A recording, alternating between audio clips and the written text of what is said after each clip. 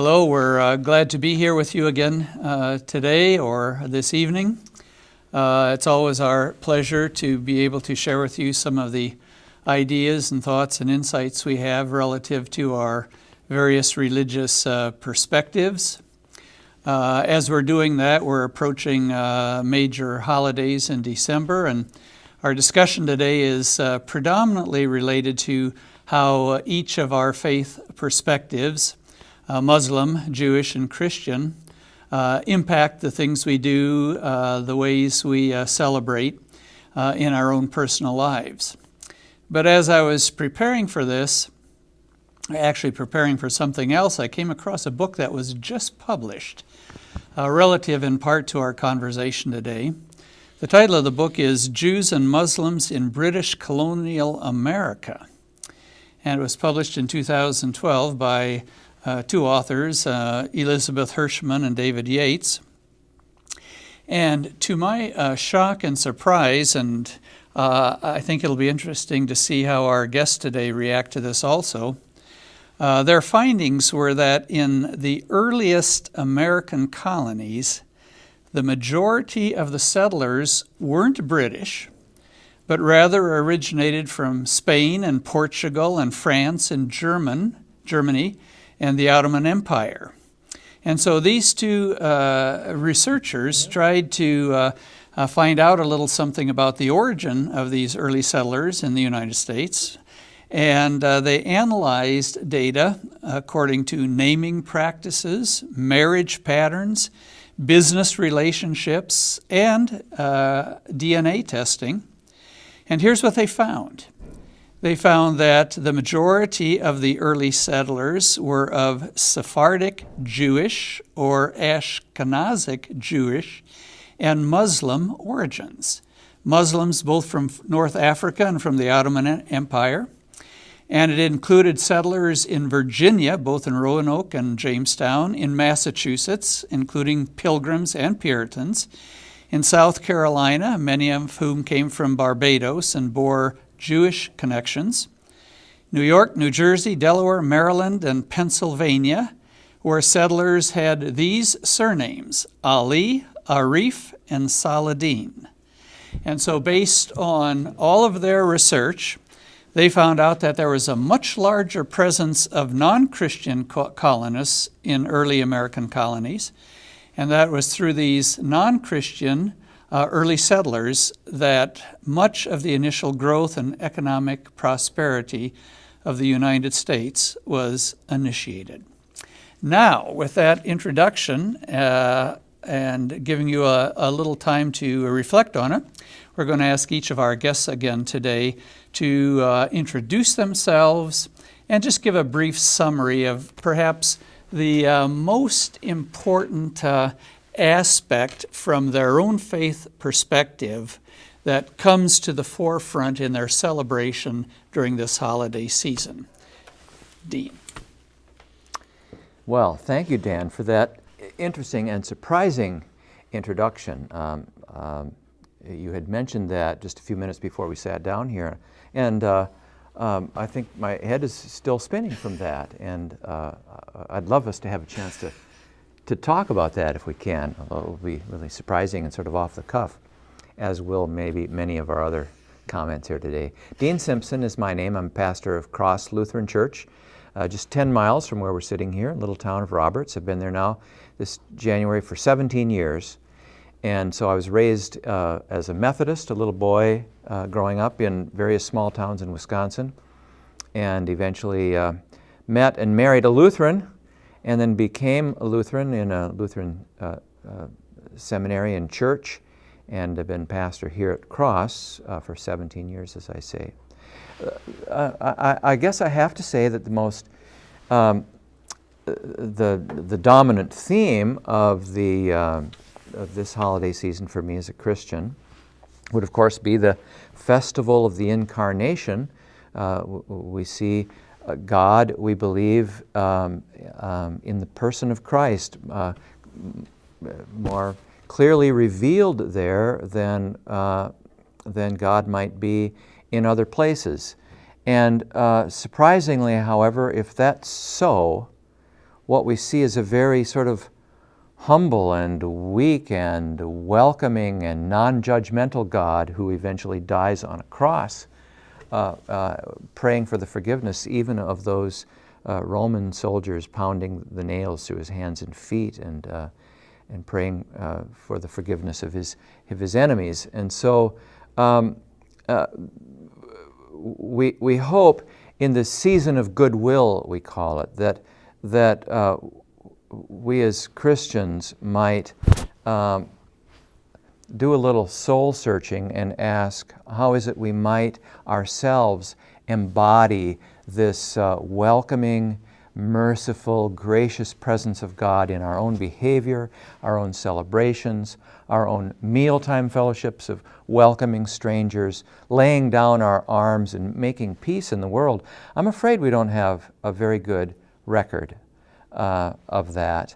But Advent leads up to Christmas, and Advent is kind of a time of self-examination and a call to repentance and turn and be ready to receive the presence of God when God comes in unexpected ways. The babe in the manger at Bethlehem, I believe now, and I'm convinced now, that it's not meant to be just confined to that one moment in time, but that's a window through which we look and we're ready to welcome God in the presence, embodied in the flesh and blood presence of the other, the foreigner, the stranger, the one who's different and unexpected.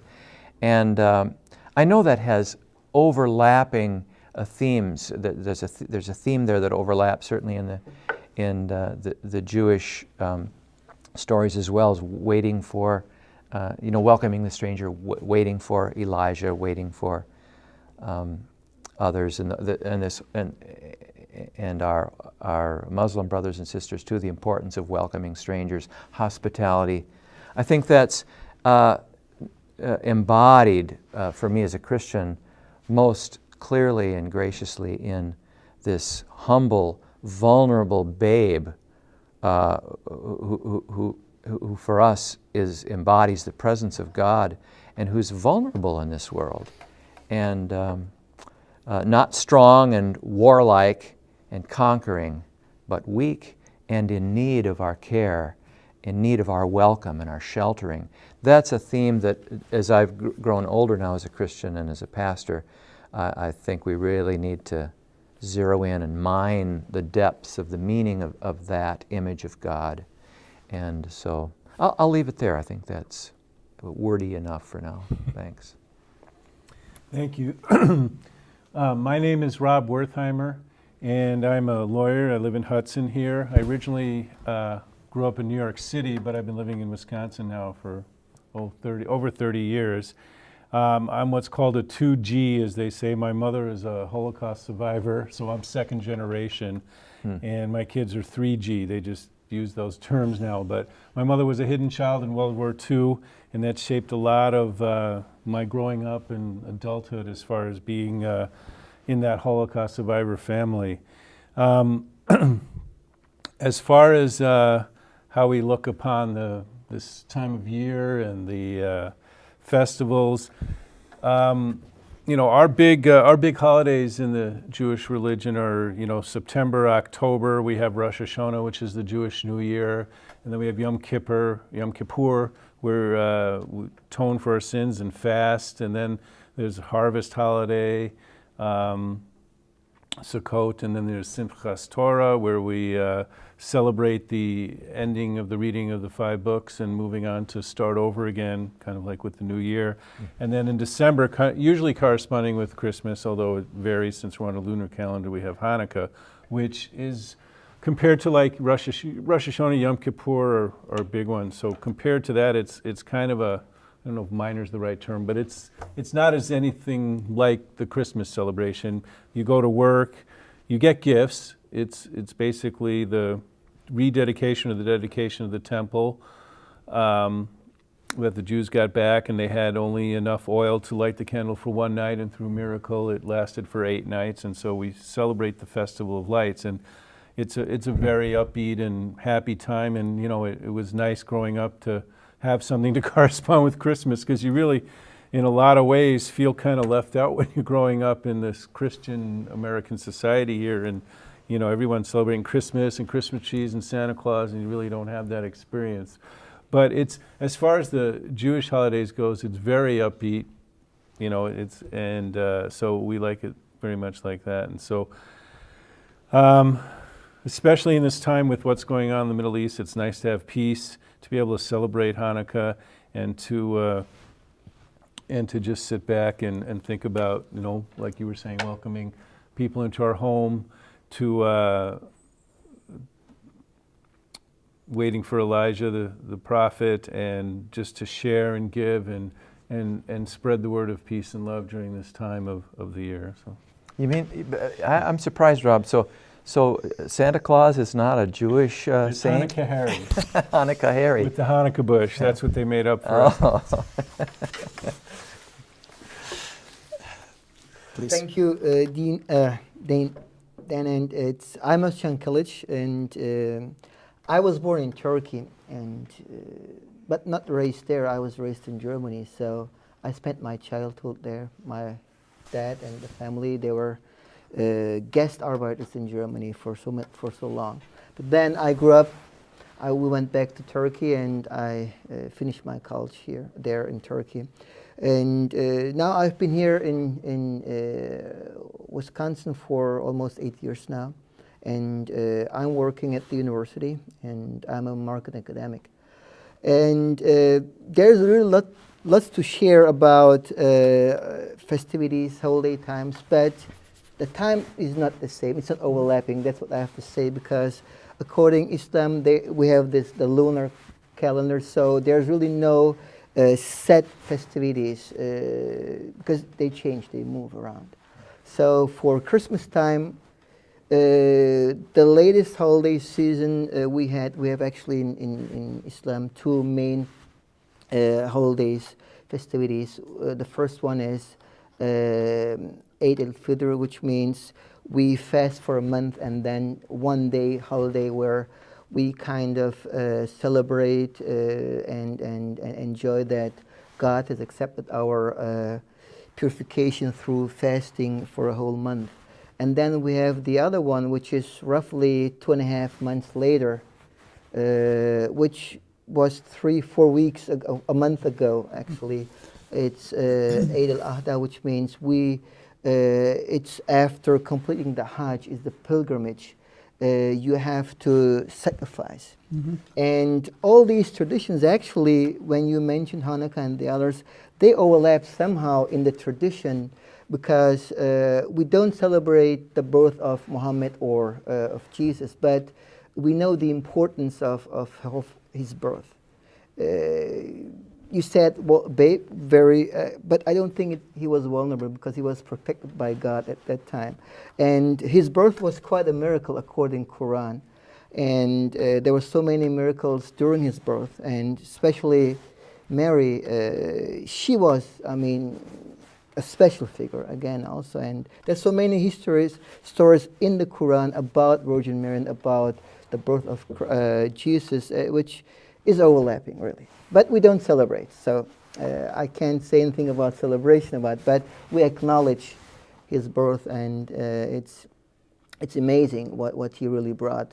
And I just want to add to this, Muslims believe, to be a Muslim, you have to believe in the older scripts, the Abrahamic tradition, in Abraham, David, Moses, the Torah, and the Bible. So we accept everything, we believe in this. So that's really, so what's different? I don't know. And so you mentioned Santa Claus. He used to live, he was born in Anatolia. Mm-hmm.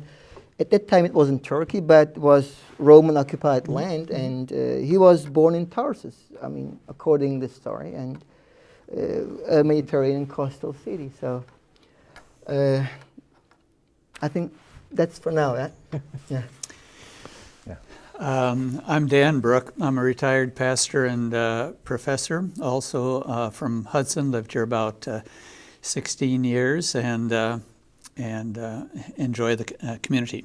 Anyway, so maybe we should. You were talking about St. Nicholas, I presume. Nicholas, yeah. St. Nicholas. Yeah. And Europe still celebrates St. Nicholas Day on December 6th. 6th. Yes. And when we lived there, it always surprised me, and I wish somehow we could have brought this tradition to the USA, that St. Nicholas, for Christians, was separated from Christmas. Because St. Nicholas Day is when all the gift exchange and everything took place, and got that all out of the way. And then Christmas was reserved for the spiritual celebration of the birth of Christ. And I thought, wow, is that smart to separate those two things? How do you think that would go over in the U.S. today? It's not too smart commercially, Dan. That's what matters now. Okay, well, anyway, maybe it would be a good time to take just a little aside here and talk a bit about how it would change our view of ourselves in the USA to recognize that many of our founders weren't Christian at all, but in fact came from Jewish and Muslim traditions. How did that strike some of you as you heard that? It didn't really strike me because I kind of knew that there was this European influence, and it wasn't Anglo-Saxon at the beginning. Definitely not. And when you read the history, it's not. So, but I think it's the world view and perspective of some group here in the United States that put more emphasis on their origin rather than, so it didn't surprise me at all. So it must have struck them, when they read the book. I don't know.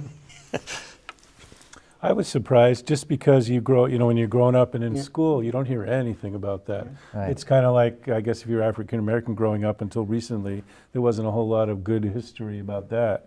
Yeah. And so I was surprised to hear about, non-Christians actually being the original settlers.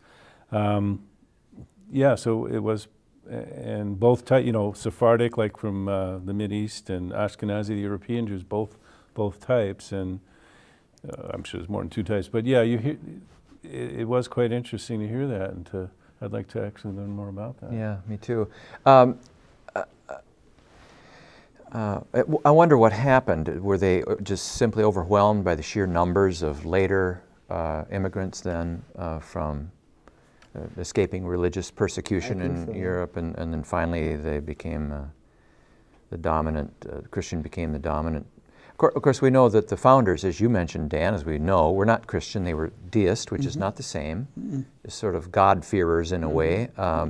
Certainly not believers in the God either of Judaism or of Islam or of Christianity. The deist God is a different kind of philosophical God, really. Kind of the prime mover. My impression when I heard that is what a sort of welcome word. And by that I mean, could that somehow cause us to stop in our attempts to make ourselves right and others wrong? And sort of, it might be one point that if made eloquently and powerfully among us might help us to stop in our tracks and say, wait, maybe we don't have to prove anything to anyone or to ourselves. Let history be what it is. Let the truth be what it is, instead of having an axe to grind all the time and prove that sort of we're right and the others are wrong or something. If we could stop that and let history and let reality be what it is, instead of having to wrestle it into our own version, we could begin to perhaps to get along with one another and welcome one another. Every time we have these conversations, I start to hear things that remind me of how much we have in common, how much of our values are common to us, how much our vision of a land that works for everybody with no one left out, how common that is to us.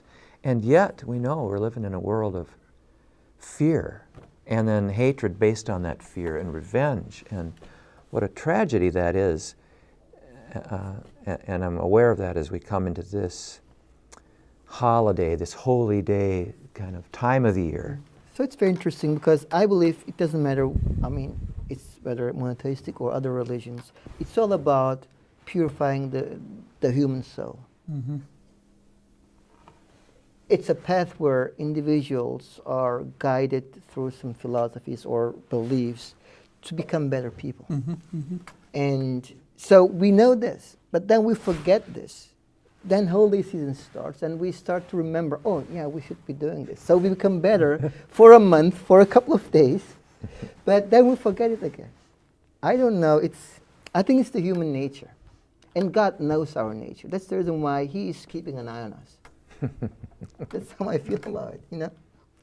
It kind of reminded me, I'm sorry, just about how a lot of we are in the Jewish religion, because you have the high holidays where you have to buy special tickets, you dress up, and a lot of people I grew up with, it's much more secular type of Judaism. You know, those are the days you go. You go on you go on Rosh Hashanah for the New Year, you go on Yom Kippur, you'll go like in the spring and Passover. It's kind of like, I guess, the same with some of the Christians or Muslims too who don't observe them much. But it reminded me of that, how, you know, in this time of year you just go for the big holidays and they just happened. And so a lot of people do that.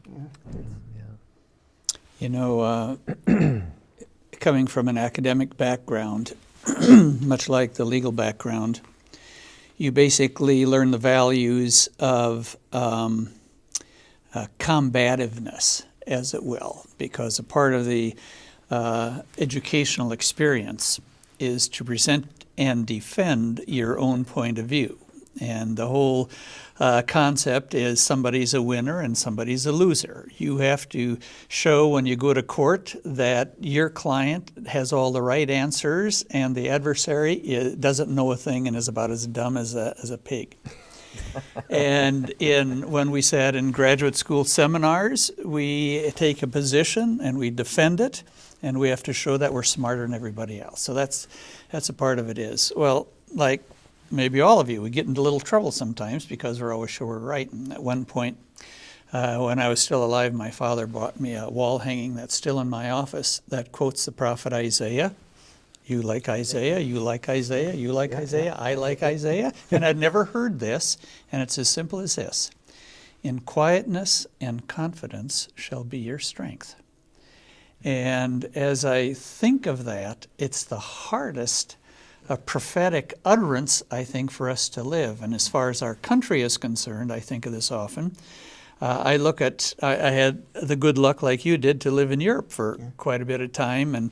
And when we first lived in Hungary and we went to teach at a Hungarian university, the second day, somebody looked at me and said, "We've been in this business for 1,000 years. You've only been in it 200 years. What do you have to teach us?" And I thought, oh, man. What can you answer? Of course, it's true. And I thought, well, you know, our country is in its adolescence. We're just teenagers in the eyes of the world, and I think how often the way we act is like teenagers. We have too much testosterone. We're just quite sure we know a lot more than our ancestors did, and by gum, we're going to prove it. And so it gets us into all sorts of mischief. We didn't listen to the prophet Isaiah. We're young, and so what can we do about it? If you buy into those two things. It's hard to argue with Isaiah, but you can argue with me, of course. You know what I think we should do? I think we should look for a Christian and a Jewish believer and a Muslim believer and get us sit down around the table and begin to talk and hey, we're doing that. Yeah. I think this is sort of a model that I would like to recommend for anybody who's watching. Not that we're got such good answers or anything, but a model is to sit down and talk. Can we just talk with one another, and with an emphasis on trying to hear one another and trying to learn how to appreciate one another and where we're coming from. It's hard to despise somebody you've had a cup of coffee with and told stories about your family and, you know, traditions that you've enjoyed growing up and things like that. And all of a sudden, our differences aren't so important, and we want to speak in defense of one another rather than accusing one another. So I think this model in itself, whatever we say or don't say or forget to say, just this idea of sitting down and talking is really important. I was just going to say, it reminded me of what you were saying, just getting along and sitting down and talking during the Mideast crisis, I'll call it, or the Hamas war on the Gaza. A friend of mine in Israel on the Facebook posted this Facebook page that shows the Arabs and Israelis getting along, and it shows, each day there's a different, or more than each day, but there's pictures of Arabs and Israelis getting along and being friends and showing signs saying, we're getting along. We don't want war, we want peace, and those type of things. And it kind of goes to what you were saying, showing how people just sit down and get together. There's a lot of people out there that do want to get along and don't want to have these wars out there. So it just made me think of that. Yeah. Well, to just redirect our conversation a little bit back to what we at least originally thought our primary purpose for getting together today is maybe we can go around and each share an example of a particularly meaningful material gift that's connected with the holiday season. Some gift that's most memorable for you, that reflects how you feel about a religious holiday season. And I think we should start with Rob this time. What do you think? All right. As long as it's not me, it's fine. Well, I got my spiritual gift right here. I'm not sure what the material gift is. I was thinking somewhere along the lines when I was a kid and getting my record player and my records, because music has been such an important part of my life and just puts me in a spiritual place I want to be. And when I was a little kid, we used to listen to Hanukkah records and all sorts of things, and The Wizard of Oz and all that. And so for me, I think when I was a kid growing up, that's probably the material gift that stuck in my mind the most, just because I think it brought me closer to everything, just the whole music aspect of it and enjoying music. So that's what I got. So that's How's a that? really tough question. So how can we materialize the spirituality of everything? It's I'll Can you help me let with you the- think for a minute, Yeah, because yeah. I have a Thank story, you. and this just popped into my Okay. mind right now, Oskan. And it's an ironic tale that I'll tell. When I was somewhere in my adolescence, middle school, or maybe I was a freshman in high school or something, I needed to get a present, a Christmas present for my dad. I had gotten from the rest of my family, but I hadn't gotten anything from my dad, and I was out of money. So I went down to the outlet store, the Army outlet store in Rice Lake, and I stole a lapel compass for my dad for a Christmas present. And I always felt kind of funny about that. Like, you probably shouldn't steal for Christmas presents. And he liked it and he used it for a while. Now I have that compass. My dad is gone. I have that compass, and every time I look at that lapel compass, I remember where that came from. I stole this to give to my dad for a Christmas present. And so it's full of irony. Maybe that's the most polite word I could use for it. But it sort of was a little picture of me and my confusion, my misguided values at the time of the holidays, and how we can get kind of crazy and actually do things we shouldn't do in order to carry on our holiday traditions. And it's a good reminder to me of how easy it is to get off, to go astray. It would have been better for me to just tell my dad, sorry, Dad, I just don't have anything this year. I ran out of money or something.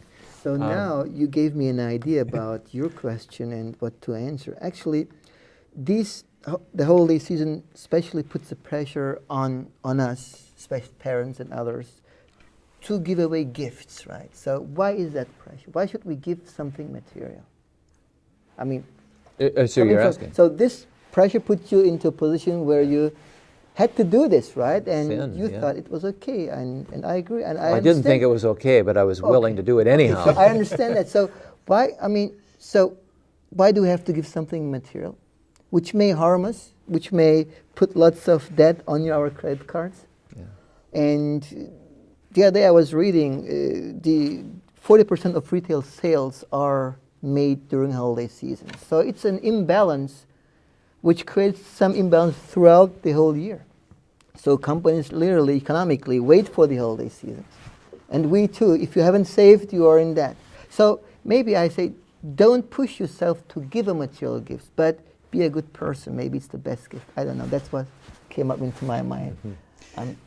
Well, it really raises a compelling and continuing question that puzzles, I think, many of us as we get to be adults, and that is the mixing of the material with the spiritual in these holy seasons, and how much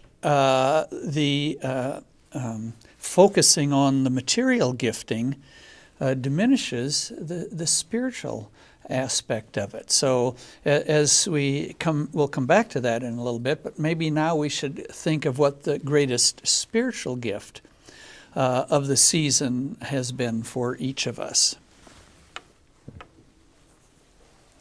Are you ready to start this one first? So, okay, thank you. The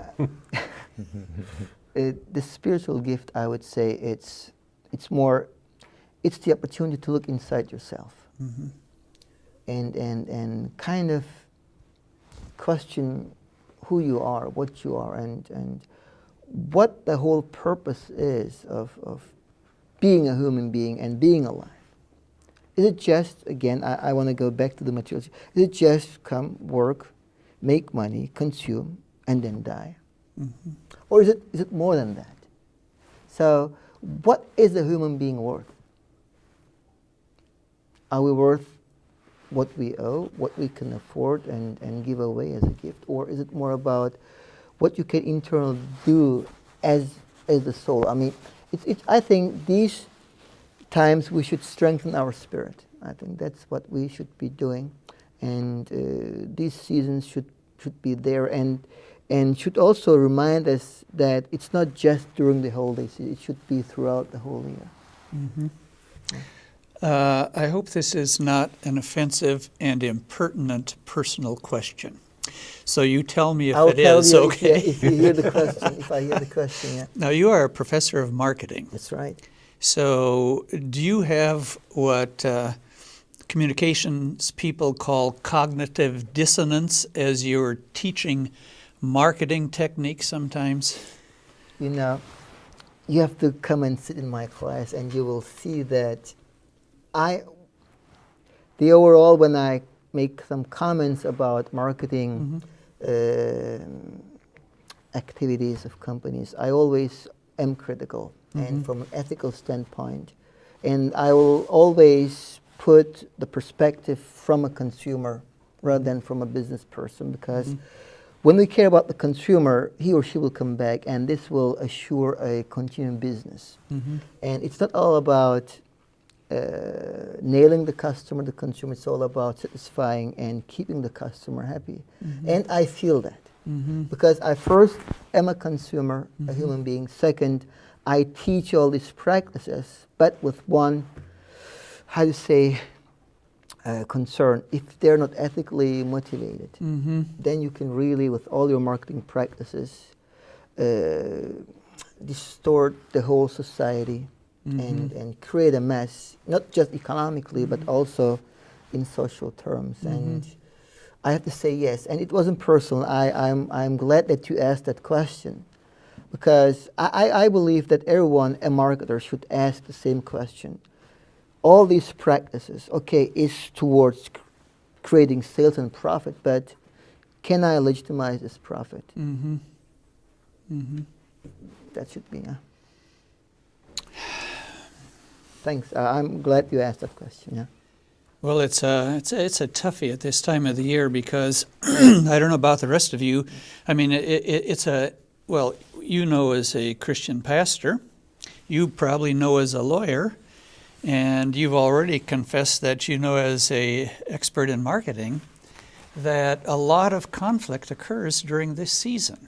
the root of which, for much of it, is just this conflict hitting together of material needs and spiritual needs, and you spend all this time rushing around to fulfill material needs, and Christmas in the Christian case comes and goes. Hanukkah perhaps for you too, and I know yours It was to some recently, degree. yeah. You've lost all the purpose for the thing. You're so tired and worn out, and when it's all over, you just feel down, depressed, and know something was missing and don't know quite how to get a hold of it. It's like a friend of mine used to say, it's like trying to get a hold of a snowbank. You just can't do it. So what do we do? I concur, Dan, and there have been Christmases past where I feel like just a Scrooge, like, oh, I'm glad this is over with. And every year, approaching the season, I think I'm not gonna get into that rat race this year. I'm not gonna have that same experience, and it's not easy. It takes constant vigilance. I'm not comfortable with an easy distinction between the spiritual and the material. I think they're two bound together, which is one meaning of what I think Christians mean by the incarnation. Mm-hmm. Spiritual and physical come bound together in this life. We are both, all of us. And one of the experiences I had as I thought about your question came from my childhood that still stays with me, and it was at a Methodist church not far from here down in River Falls. I was just a little boy and went to Christmas Eve service, and we put on the Christmas story every year, and we would have members of the church act out the parts, and there were some high school boys, I'm sure they were, who were playing the part of the three wise men who come to visit the baby Jesus. And, because we have got to get it all in this Christmas story, even though it didn't happen at the birth and so on. But anyway, they walk up bearing their gifts up this long aisle. It wasn't that long, but when you're just a little guy, it looked like a big church. We had a big Christmas tree, and the people in their Christmas costumes acting out the pageant. And these, to me, were the wise men going to see the baby Jesus. And it was kind of dark, and they were singing "We Three Kings," and each one sang their solo, bearing their gift, and walking very somberly up there. And I remember that as being one of the holiest moments of my growing up, was that one Christmas pageant, standing in awe of these wise men. I'm sure they were high school kids like I was in high school, probably had no real concern for, the Christ child at all. But the telling of that story and the acting of it out, somehow they became the wise men for me. And I don't know, sometimes I wonder if I'm not a Christian pastor today because of that silly Christmas pageant in that Methodist church in River Falls, Wisconsin, because it touched me very deeply. I was in awe. And so the spiritual part of it for me every year is the children and the telling of the story and sort of acting it out in all our kind of silly sometimes ways, and it kind of gets on our nerves, and gonna get these kids in here and get them to settle down and be quiet and learn your lines. And it's frustrating, and it makes the season kind of long and difficult for us adults who think we got to make the kids mind. But on the way, there are these holy moments that occur in the midst of the frustration and the fatigue. And I can't let myself forget that. For one little guy that I was, that was a very, very formative experience. And it wasn't full of doctrine. It wasn't full of philosophy. It was just this story of these holy people and this holy visitation. Could have been the story of Moses, or it could have been the story of Muhammad, but it was the story of Jesus for me as a Christian. And it got me ready for life and for asking your question, Ozkan, what are we here for? What's this really about? In a way that nothing else could have done, just the telling of the Christmas story. Yeah. So, and it stayed with me. I mean, you can tell. I mean, it's moving even when I think about it now. You know, more than 50 years later. I'm sure I was probably 6 or 7 years old, and So you remember? yeah, and I do remember. Yeah. Well, so why is it that we don't listen to the children more? I'm thinking of what Rob said about the conflict in the Middle East, and that's duplicated through all parts of the world. The people who get us into mischief are us. And the people who sort of draw us back to reality are our children. You know, when I was a young college professor, one of my colleagues had just attained a PhD from the University of Chicago. I didn't have one yet, and I was really envious, and I said, man, it must have been really hard to get that PhD at the University of Chicago. And he said, you know, what I've found is that the better the school, the better the professors, and the easier it is to get a degree, because they've learned what isn't worth sharing and are really good at sharing just the basics in a way that's most easy to understand. So somehow it seems like we adults have garbled the message. So if you were to look ahead to your grandchildren, should you have any, or if you do have any, what would you say is the one main message of your religious tradition that you would want them to know, esteem, and hold dearly, if any? The thing that just popped into my head was probably not a mainstay of my religious tradition, but it's something I grew up with all the time. It's never forget, and so that we don't allow history to repeat itself. Because quite recently, it keeps hitting the mic. Quite recently, you know, we had the Holocaust and just a history of being persecuted in slavery, and so just to have that memory live on, so it doesn't repeat itself. That's kind of just what popped into my head. But also the peace message, I think, is also very important. That no matter what, it's, you know, there's very few things that are worth going to war over. I mean, if there's some madman out there that you have to stop to prevent annihilation and Holocaust, I guess that's the only way to do it, you know. But otherwise, there's so few things that you need to go to war over, that you need to kill someone over, that it's worth doing. And like you're saying, Dan, how it's always the older person that sends the kids out into war. I remember this, I don't know if it's a song from not that long ago, how the average age in World War II was 21, in Vietnam it was 19. And it's just, you know, it's the kids going out doing it, and it's, you know, power, money, greed. Even if the basic people are getting along, the interests, the political power interests, don't always propel us in the right direction. So, you know, I'd want to teach them to remember history so it doesn't repeat itself, and to promote peace. Thank you.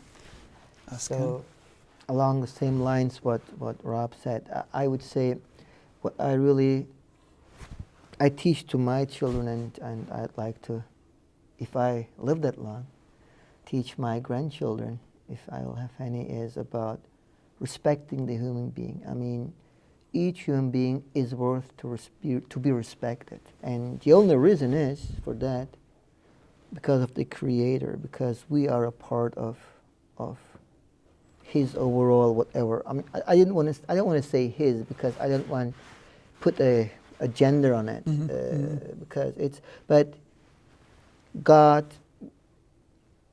He did blow His soul, and we have a part of His soul. Mm-hmm. So even the worst person in the world has a tiny, tiny particular inside which represents God. Mm-hmm.